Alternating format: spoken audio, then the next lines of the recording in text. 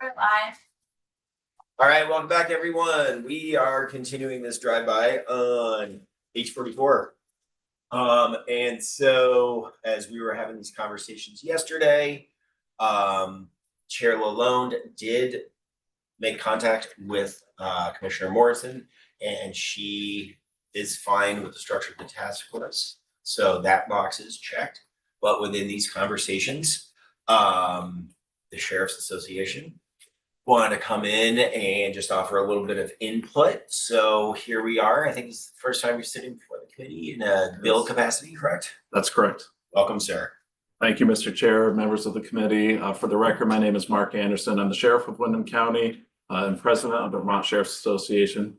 It's good to see the returning members, and for those of you who have not yet met, I look forward to it. This is my favorite committee.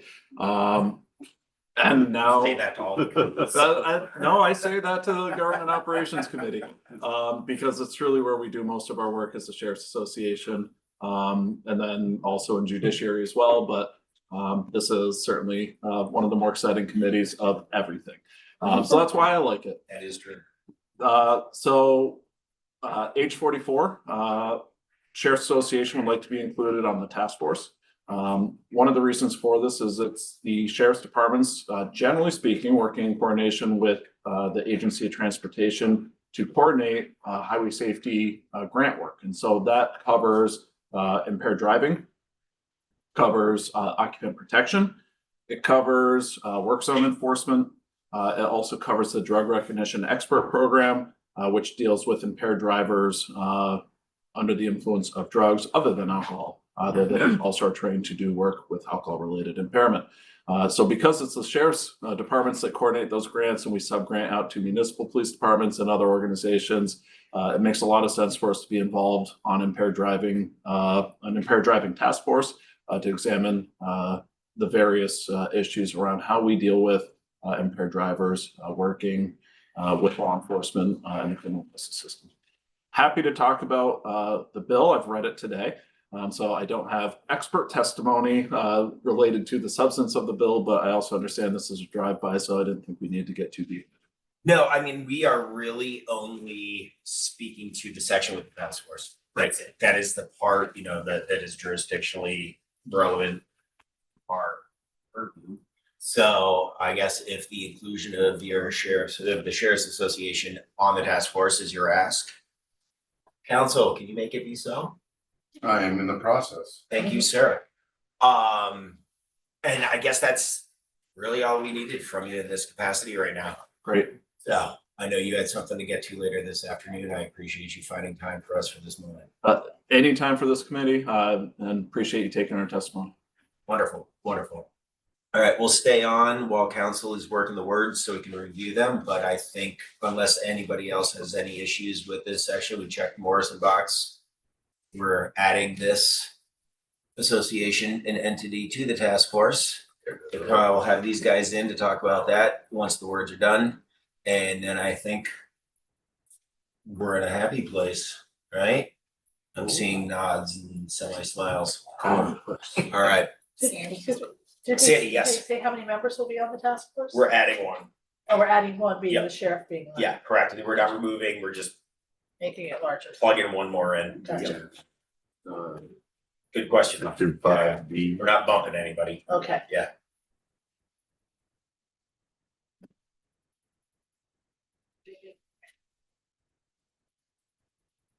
What else were you, I have nothing else, Or- Mr. Chair. okay, cool. What were you in the building for originally? We are here to speak with Senate Judiciary on sealing and expunging criminal records. So good conversation around that. And then everyone else that has seen me here today says, I want to talk to you about something. So I don't know. What are the luxuries of being this part of the building? Their own bathrooms, their own stuff, And water fountains. right? There's even mood lighting on the mirrors. That's that little button. I did notice that, and I will admit, I did play with it. It was really, somebody yesterday asked me if they tell time. Does it, Because I guess does it there's turn some- black if you're in a really bad mood? It is mood lighting, but I don't think it goes that dark. After crossover. All right. Council, anytime we read that language, we'll get you off. I have a question for Sheriff Anderson. Yes, please, fire away. Is the Sheriff Association, is it executive director, President, president? It'll be 6 members. President. and if you're open to language, we would just ask that a designee of the Vermont Sheriff's Association be appointed. Already on Great. it.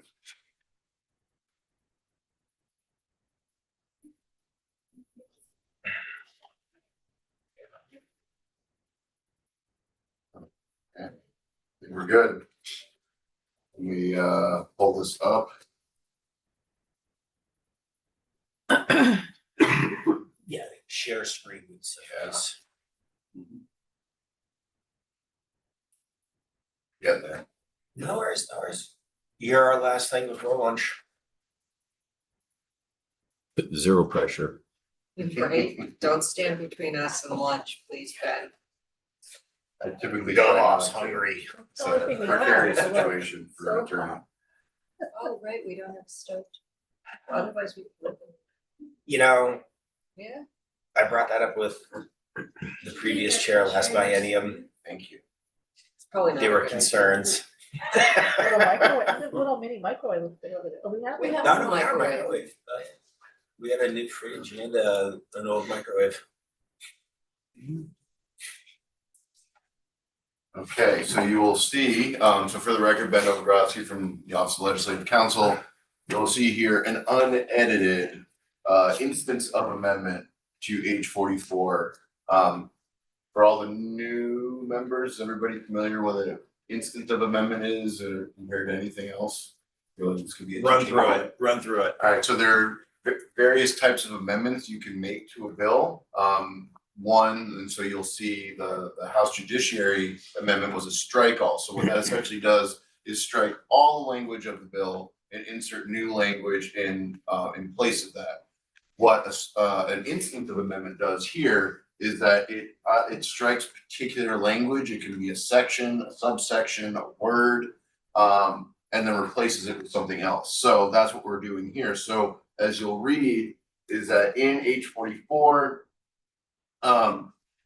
it will be a report of this committee that has considered the bill and recommends that section 5, the task force portion, be amended by striking subsection B and inserting in lieu thereof a new subsection B to read as it did before.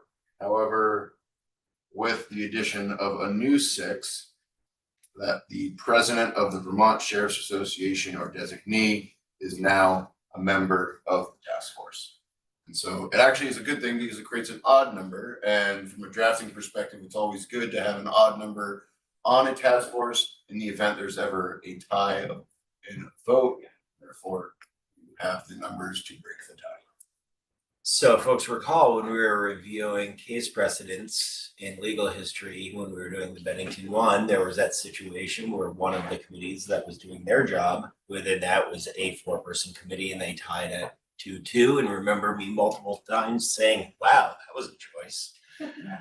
This is why we do. So question, would you not fix number 5? The executive director of the Department of State's Attorneys and the sheriffs? So it's interesting. So there's the department, what is known as DSAS, the Department of State's Attorneys and Sheriffs, is sort of the for lack of a better term, oversight agency for both state's attorneys and sheriffs. However, the Sheriff's Association is essentially a trade group, for lack of a better term, Okay. where that represents the interests of the Sheriff's Association itself.